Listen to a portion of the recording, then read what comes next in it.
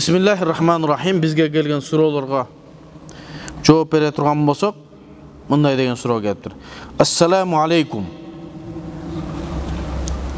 Матраимов муфтият салып берди. Анын акчасы арам да. Эмнеге молдорлор ушундай кылышат?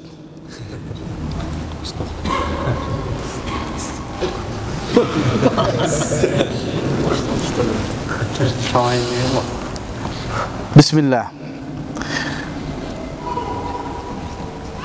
Матраимовдун аты ким? Райымбек Матраимов Кыргыздын бир чыгаан патриот жигиттеринен деп билем мен. Ал кишини кандай бир себептерден урам ошол жанагы иштеген ишинде мамлекетке зыян алып келген деген мааниде айыптап, ал кирип өзүнүн айыбын өтөп, мамлекетке келтирген чыгымды төлөп, таптаза болуп чыкты. Ушундайбы? Эгерде бир адам уурулук кылган болсо, ошол уурулук кылган уурулугунун урдаган нерсенин баасы 10 дирхамдан ашкан болсо, шариаттын шарттары табылган болсо, аны казыга алып келип, эгер ислам мамлекети боло турган болсо, анын колу кыркылат, Колу кыркылгандан кийин болду, ал киши таптаза. Аллах Тааланын астына жүзү жарык бойдон барат. Ал урлук кылган жазасын алды, ал кыяматка калган жок. Эми колу кыркылгандан кийин аны сен уурусун деп айтканга акысы жок эч кимдин. Ал өзүнүн жазасын алды, эми ага башка уурулук жөнүндө сөз айтпайбыз. Буга бир далил катары Пайгамбарыбыз саллаллаху алейхи ва салламдын мезгилинде бир аял зина кылып келди. Мен зина кылдым я Расулалла деди. Пайгамбар саллаллаху алейхи ва саллам боюнда болгонун көрүп, сен боюңда барбы деди. Ооба, зинадан боюмда бар деди. Сен деди, төрөгөндөн кийин кел деди. Кийин аял шунчалык исламга, иманга жүрөгү толгон алардынчы. Шайтан азгырып ушундай бир жолго барды, бирок өзүн тазалап, кыяматка таза болуусу келди. Ошон үчүн пайгамбарыбызга келип, мен зина кылдым деди. Пайгамбарыбыз кетиргенден кийин төрөп баласын көтөрүп алып келди. Көтөрүп алып келгенден кийин я Расулалла, мына мен төрөдүм, келдим деди, мына деди. Эми мени шариаттын өкүмү менен өкүм жүргүз деди. Пайгамбар саллаллаху алейхи ва саллам мына балаң тамак жегичеңди багып, тамак жегенден кийин жеп, өзү тамак жеп калганда алып кел деди. Эмчектен чыгат. Пайгамбарыбыз ошондон кийин ал аял кетти дагы бир мезгилде келди, баласын жетелеп, колуна нанды карматып. Я Расулалла, мына өзү тамак жеп калды деди. Мен Аллахтын өкүмү мага аткар, мен даяр болуп келдим деди. Дегенден кийин пайгамбарыбыз ага буйрук берди. Ошентип ал таш менен урулуп өлдү. Өлгөндөн кийин пайгамбарыбыз саллаллаху алейхи ва саллам жанында Умар бир риваятта аялдын каны кийимине чачырап кеткенде Аллахтын лаанаты болсун сага деп канын тазалап атканда пайгамбарыбыз кайтарды. Сен антип айтпагын деди. Бунун тообасы деди, жер бетин каптай турган тооба деди. Демек, ошол өзүнүн жазасын алгандан кийин ал таза. Ошон үчүн сөзүнө аалы жетпеген кээ бир инсандар, оозуна аалы жетпеген инсандар мынтип адамдардын арасына фитне чыгарбай эле коюш керек. Ошол жерде бизге эгерде муфтият салып берген болсо, Райымбек Матраимов 33 жылдан бери муфтият мусулмандардын башкармасынын өзүнүн кеңсеси жок болчу. Ошондой бир азамат келип салып бергенине Аллах разы болсун. Ал эми анын арам акчадан салгандыгына сиз далилдеп келишиңиз керек. Далилдеп келбесеңиз, бирөөнү айыптаган үчүн, эгер ислам мамлекетинде болсо, сизге эмне болунат? Бирөөнү айыптаада сизде далил болуш керек. Муну акча, салган акча арамдан болду деген. Андай dalilimiz yok bizim. Ekinci dağı bir mesele, akça bir koldan ikinci kolga ötkөндөн кийин өкүм өзгөрөt. Bizim kitaplarımızda şunday mesele gelet. Eğer zimmi degen musulman mamleketinde yaşagan kapır, İslam'da kabul albagan, nalog төлөp yaşagan kapır. Al ne kılat? Men musulmançılıkты kabul albayım, bırak nalog төлөйм deydi. Al bak musulmanlar makul et, anda nalog төлөp yaşayver. Eğer musulman bolsоң nalogdan kutulup biz menen teң yaşay. Bırak hukukun var. Seni korgoyuz, seni ешкимге korgulbayız dep musulmanlar anı korgop berет. Ошол зиммиге өзү бири-бирине зиммиге бири-бирине арак сатканга дурус. Өзлөрү чочко багып, чочкосун союп жегенге дурус. Musulmanlar эмнеге чочко жеп атасың, эмнеге арак сатып атасың деп алар тыя албайт. Тыйбайт. Эми биздин фик китептерибизде келет. Bir zimmi менин чочкомду кайтарып бер, сага мынча акча берем, койчулук десе, ошонун алган акчасы адалбы десе, адал дейт. Bizde Hanafi mazhabda fi'lu fa'ili muhtar деген ereje var. Her bir adam özünün kılgan amalına, özün arak içtin mi sen cevap veresin. Biri özün arak koyup verse sen cevap vermeysin, al cevap veret. Demek çoçkosun bağıp, anın akçasını alsan, sağa adal eken. Anın akçası çoçko satıp, anan sağa aylıktı berse, anın akçasındağı çoçkonun malı bizde akça eseplenmiyor, aram akça eseplenir. Sağa aylık kılıp berilgenden al adal. Sebebi ikinci kol götü. Emi oşolla bizim fıkh kitaplarımızda aytar, bir de zimmi deydi. Arağın bir жерге жеткизип берип koy, akça veremse жеткизип beresin, akçasını alsan durus deydi. Fıkh kitaplarımızı düşündüp geledi. Emi siz taksi olup işteysiz. Çıkkanınızda biri çıkıp olsa taksir kayga ketip otasız. Zina, pina kılganı ketip otkan joksuz bu? Arak içkeni ketip otası. Arak içkeni ketip otkan bolsanız alıp barbayım deysiz be. Alıp salasın, aparasın, жеткизесин, aylığını akыңdalasın, ketesin. Же болбосо Ош Бишкекке таксиге чыгып атканда бирөө таксиңе, машинеге жүк салып атса, арак сарагың жокпу бул жакта? Чочко-почконун эти жокпу деп сурайсың? Жок. Апарып бере бересиң. Андан алган акың адал болуп эсептелет. Ал эми хадисчи, эми азыр бизде ушундай болуп калды, хадис турат. Хадисте муштахид мутлактар алат. Биз фикт алабыз. Ал эми муштахид мутлактар жанагы 10 адам аракты сыккандагы, саткандагы деген маселе бар го. Ташыгандагы бардыгы күнөөкөр болот дегенде, фикта ичкен, анан саткан, жасаган үчөө гана күнөөкөр. Ал эми жеткизип берген 5 шарт. Эмне? Ошо менен адамдарга жамандыкты жайылтуу максатында боло турган болсо анан күнөөкөр болот. Мужаррат жөн эле жеткизип берген болсо күнөөкөр болбойт дейт. Эми бул киши адал акчасы менен салды деп ниет кылабыз биз. Эгерде сиздин далилиңиз болуп арам акча менен салган болсо, биздин колубузга тийгенден кийин ал адал. Ага өзү жооп берет, биз жооп бербейбиз. Биздин муфтиятыбыз адал сопсон иштеп, ошол жерде фатвалар чыгып, мусулмандарга кызмат кылат. Адамдардын арасында антип дешевый дейби, арзан пиар кылган кереги жок. Аллах разы болсун.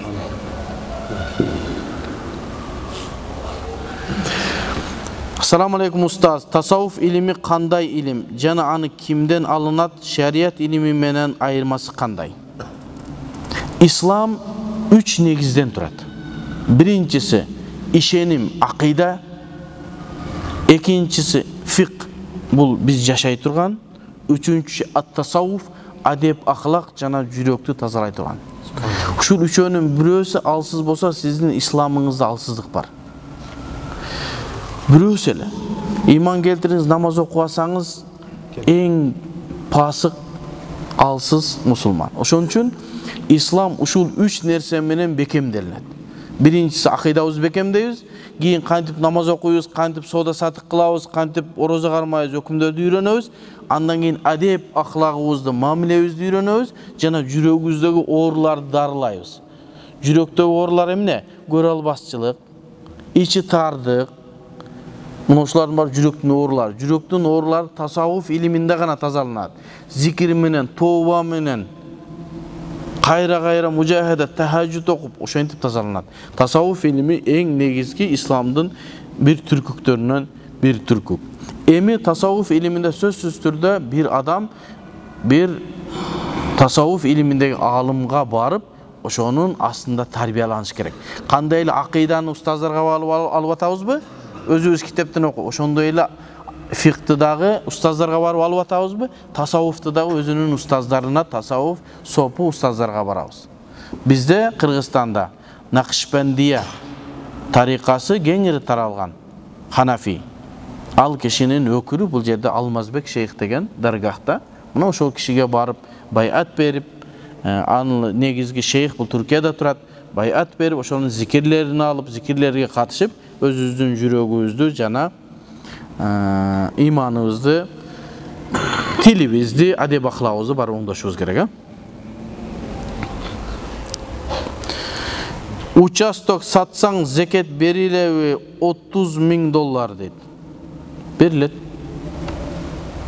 Сиздин колуңуздагы акча болгондуктан анын зекетин бересиз.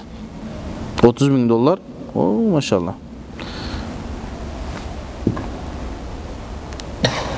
Ассаламу алейкум рахматуллахи ва баракатуху. Дамыла онлайн сабакка окуучу балдар катышса болобу? Окуучу балдар менин билгенден анын түшүнө албайт. Себеби араб тилден маалымат болуш керек, кичине арабча тилин окуганды билиш керек, мен сүйлөгөн кээ бир терминдерди түшүнүп билиш керек. Эгерде хадис академиясы жөнүндө сурап аткан болсоңуз. Ал эми бул азыркы болгон онлайнга катыша берсин. Ассаламу алейкум устаз, Аллах сизден разы болсун. Аллах таала баарыбыздан разы болсун. Мен өтө чоң суммада карыз болуп, кутула албай жүрөм. Аллахым карызыңыздан кутуш насип этсин. Уста сизден жана жамааттан сураныч, дуа кылып коюңуздарчы, карыздан кутулуп алсын деп. Аллах табарака ва таала колуңуздар көтөрүлө. Бисмилlah ва алхамдулилlah ва ла илаха иллаллах, Аллаху акбар. Аллахым, өзүң байлыктын, бийликтин падышасың, я Раббил аламин. Мына ушул бир тууганыбыздын карызынан кутушка өзүң жардам бергин. Эч нерсени көрбөгөндөй болуп, дагы бизге бир суроосун берсин. Аллахтын фадлы карамы менен карызыман кутулдум деген. Аллахым таалам өзүң жардам берин, я Раббил аламин. Ассаламу алейкум. Аллахым сизден разы болсун. Алейкум ассалам. Аллах таала сизден да разы болсун. Жараткан эки дүйнө шерменде кылбасын. Шуак устазыбыздын дуасы. Эки дүйнөдө шерменде кылбасын баарыбызда. Менде эки суроо бар. Биринчи, басырык басса жаздыктын алдында бычак коюу сунушталат. Бирок мындай аракет бычак менен сактайт деген ишенимди жаратат делет. Бычак коюу ширк эмеспи? Бычак коюлбайт шариятыбызда. Анай нерсе жок. Басырык басуу деген эмне? Бул жин, шайтан. Намазыңыз дурус эмес, үйүңүз таза эмес, дааратыңыз жакшы эмес, кусуруңуз жакшы эмес. Мына ушундай мезгилде басырык басат, жин басат. Ошон үчүн жатаарда аятал күрсүнү окуп, өзүбүзгө дем салып, бутубуздун баардыгына шыбап жатсак, эч кандай басырык баспайт иншалла. Андан дагы куптан намазын жамаат менен окуган болсо, Аллах таала баардык нерседен түнү менен өзү коргойт. Эч кандай басырык келбейт. Ал эми бычакты коюп коюу бул биздин исламдын түшүнүктөрүнөн эмес.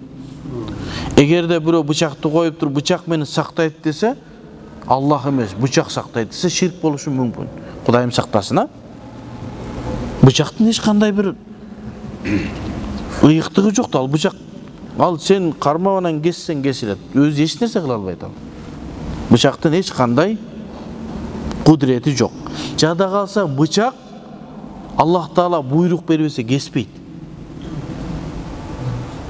Ибрахим алейхиссалам бычакты алып туруп баласынын мойнуна тартканда кеспеди го. Жанындагы ташты урганда ташты экиге бөлдү. Баласын Исмаилди сойсо кескен жок. Аллах тааланын буйругу менен кесет ол. Эч нерсеге жарабайт бычак. Экинчи суроо. Жумага барсам эки азан болуп жатыптыр. Демек парыздын алдындагы 4 рекет сүннөт окубай хутбага кулак салуу керекпи? Парыз намаздан кийин 4 рекат сүннөттү окуп берүү керекпи? Бизде эгерде жума намазына келе турган болсоңуз, жуманын биринчи азанынан кийин соода сатык кылуу арам болуп эсептелет. Соода сатык кылуу арам болгондон кийин башка нерселерден сактанып мечитке келишибиз керек. Wa idha nudiya lis-salati min yawmil jum'ati fas'au ila zikrillah. Allah Taala'nı zikrillah'tan maksat bir Peygamberimizin hutbasın uqqanга qaytkıla deydi. Oşol jumada hutbaga çıkıp süylep atkan oşol Peygamberimizin amalını atkarıp atат. Şonu uğu bizge vacip. Vacip olup atkanda namaz okulunbaydı, süylönünbeydi. Egerde imam hutbaga çıkkandan keyin janыңдағы bir adam süylep atsa, sen süylöp edip anı kaytarsanız sizdin bugünkü soğuğunuz yok bolat deydi. Emnege? Sebep seni süylöp edegem, ne süylöp atasın? Amr bil ma'ruf nahi anil munkar. Жақшылыққа чакырып жамандыктан кайтаруу бул парыз. Бирок ордунда эмес. Хутба болуп атат. Хутба болуп аткан мезгилде хутбаны угуу милдеттүү. Ал мезгилде сөз дагы сүйлөнбөйт, намаз окулунбайт. Андан кийин имам менен кошуп парыз окуйсуз. Парыз окугандан кийин алдыңкы калып кеткен 4 рекат сүннөт окуйсуз. Андан кийинки 4 рекат сүннөт окуйсуз, ошон менен намазыңыз толук болот. Пешинде калып кетсе окуйбуз го, мына ошондой эле таризде. Анан кээ бир инсандар бар да, имам хутба кылып атканда келип намаз окуп калышат. Ала Шафи мазхабындагылар. Шафи мазхабында ошо тахиятул масжид, мечит акысын окуй берсе болот деген фатва бар. Шафилерде мен билбейм аны. Ошон үчүн кээде адамдар окуп калышат. Анан берки мусулман бир туугандар алар адашып окуп атышат. Алар болбойт да. Бизде тахиятул масжид, мечит акысы хутба мезгилинде окулунбайт. Жана күн батып атканда, күн чыгып атканда макрух убакыттарда окулунбайт. Эгер келсеңиз парыз башталып калган болсо, парызга кирип кетөбүз. Ошол жанагы тахиятул масжид ошонун ичине кирип кетет. Ошол максат ишке ашырылды дейт. Аллаху алам. Асырга чейинчи. Эмне асырга чейин? Келгенде кирип кетти. Асырдын алдында 4 рекат сүннөт бар, мустахаб бар бизде. Асыр болгондон кийин Асыр намазын окугандан кийин сүннөт окуш макрух. Асыр намаз окулуп элек болсо, күн батканга жакынга чейиндир асыр окулбай аткан болсо мечитте. Анда окуй берсең, асыр окулду болду, андан кийин макрух болот. Устаз, хутба мезгилинде ысык болуп калат, ошондо суу ичип отурсак болобу, болбойбу? Ошондон сактанган жакшы. Кээ бирке салават айтса, дуа кылса неме болот дейт. Ушу бир аз 3-4 мүнөт гана хутба айтат да, ошону сактанып туруш керек бир аз, Мен дурус эмес, арам деген жокмун, сактанганыбыз жакшы. Эми жамандыктан тосуп, сүйлөбөй отур, хутба болуп атат десең, соол кетип калып аткан болсо, акыр этият болгонубуз жакшы. Жамаат Аллаху мустаан. Я Аллах. Я Аллах. Жамаат намаздын 3-чү рекетине жетишип калсам, саламдан кийин туруп биринчи жана экинчи рекетти окуйм. Бирок биринчи рекет окуп каадага отурамбы же экинчини уда окуймунбу? Анткени важип каадага жетишпей калдым дейт. Сиз 4 рекеттик намаздын 3-чү рекетине жеткен болсоңуз, 3-чү рекетке жетти деген нерсе рукуга чейин барып уюп калсаңыз. Же болбосо имам рукуда турат, сиз кулак кагып Аллаху акбар деп анан рукуга жетип калсаңыз 3-чү рекетке жеттиңиз деген. Бул сиздин биринчи рекетиңиз болот. Отурас, имам отургандан кийин ат-тахиятты окуйсуз, салаватты окуп, имам салам бергенде сиз турасыз. Туруп, Фатиханы замсүрө окуп туруп отурасыз. Отуруп ат-тахиятын окуйсуз, бул сиздин экинчи рекетиңиз болот. 3-чү рекетке турасыз дагы ат-тахиятын окуп эле. 3-чү рекетке туруп, Фатиха замсүрө дагы окуйсуз. Андан кийин рукуга кетесиз. Сажда кылып отурбастан 4кө турасыз, 4кө тургандан кийин Фатиханы окуп, кайра отуруп намазды бүтүрөсүз. Себеби биздин 4 рекеттик намазда сөзсүз түрдө 2 рекетинде Фатиха менен замсүрө окулушу керек. Себеби важип, кыраат фарз. Ошого имамга жетишпей калдыңыз. Сиз 3-4 рекетке жеттиңиз. Мүмкүн имам эч нерсе окуа койгон болсо 3 менен 4-дө сиз эч фатиха окуган болосуз. Ошон үчүн эмне кылабыз? Биз тургандан кийин өзүбүз толуктаган сөзсүз 2 рекетине фатиха менен зам сүрө кошуп окуйбуз. Ушу менен намазыңыз толук болот иншалла. Ассаламу алейкум. Бешим намазы вактысы акыркы чеги 17:45ке чейин болуп жатат. Эми бешим намазды акыркы вактысына 3 мазхаб жана имам Мухаммад Абу Юсуфтун пикирин эске алып этияттык үчүн биздин мазхабтагы аср вактысына 1 саат 15 мүнөт эрте окуса туура болобу? Каза болуп калыш коркунучу жокпу дейт. Биздин биринчи фатва эмне? Абу Ханифанын сөзүнө фатва берилет. Азыркы Насаат медиадагы нерсе Абу Ханифанын фатвасына. Муну ошол менен эмне кыласыз? Ошол көргөзгөн асырдын вактысына чейин пешинди окусаңыз болду.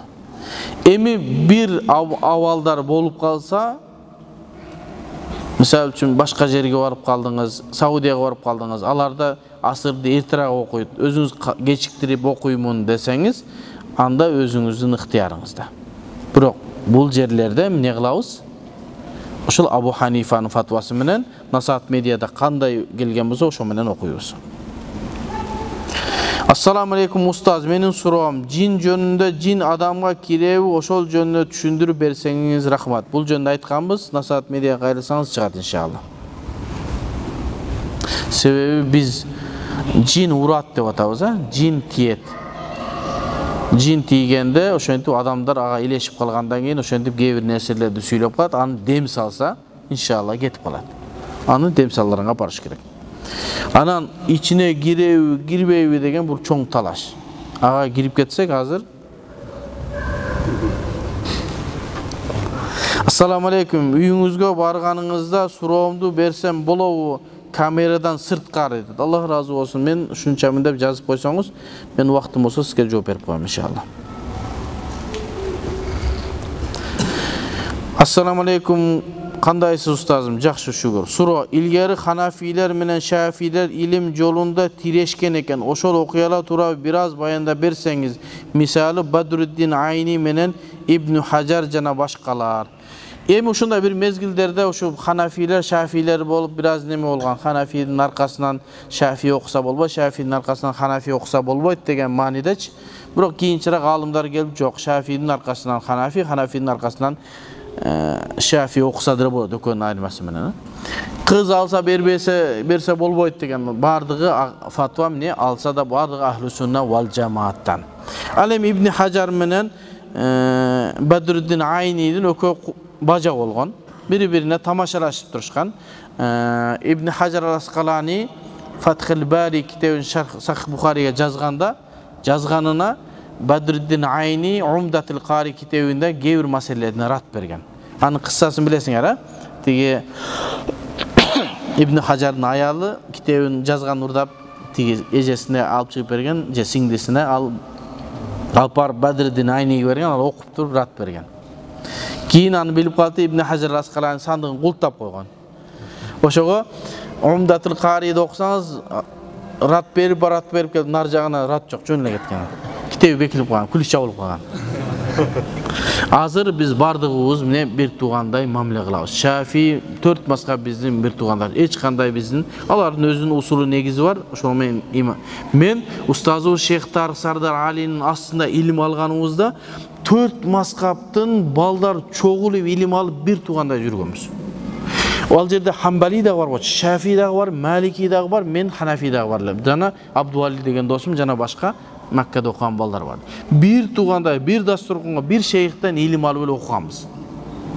Азыр эле жанагы туугандарыбыз чыкты, силер бидатчыңар, анан мындайсыңар деп, алар менен эле бир тууган болгубуз келет, өзүлөрү качып атат да. Ошо менен мен 1 мүнөт калыптыр, акыркы суроого жооп берейин.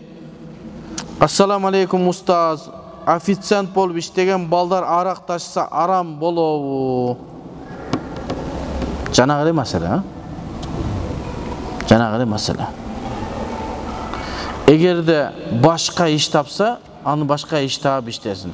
Эми Европада иштеп атканбыз, ал жерде бардык ашканада арак ташылып, чочконун эти менен бышырып жейттилар.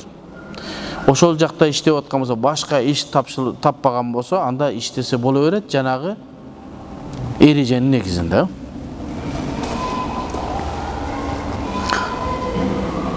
Жетишпей калды, кийинки суроого, иншалла калган суроолорго мен ушул WhatsApp-ыңарга жооп берем, андан кийин ошол жерде эмне болуп кетет? Өчүп кетет иншалла. Ва саллаллаху таала хайра халқи Мухаммад ва аля алихи ва сахаби ажмаин. Амин. Аллахым ушул окуган илимибизди, берилген суроолорду өзүң тавфик берип, туура айткан насип эткин. Адашуудан, таюудан Аллахым өзүң асырагын. Ушул жерде кол көтөргөн мусулман бир туугандарыбыздын баардыгын жакшы ниеттерин кабыл кылгын. Карызы барлардын Аллахым карызын кутулткун. Ооруларга өзүң шифа берип, эки дүйнөдө бактылуулугун бергин. Ва саллаллаху таала хайра халқи Мухаммад ва аля алихи ва сахаби ажмаин. Бирахматика я архамар. Аллахым разы болсун.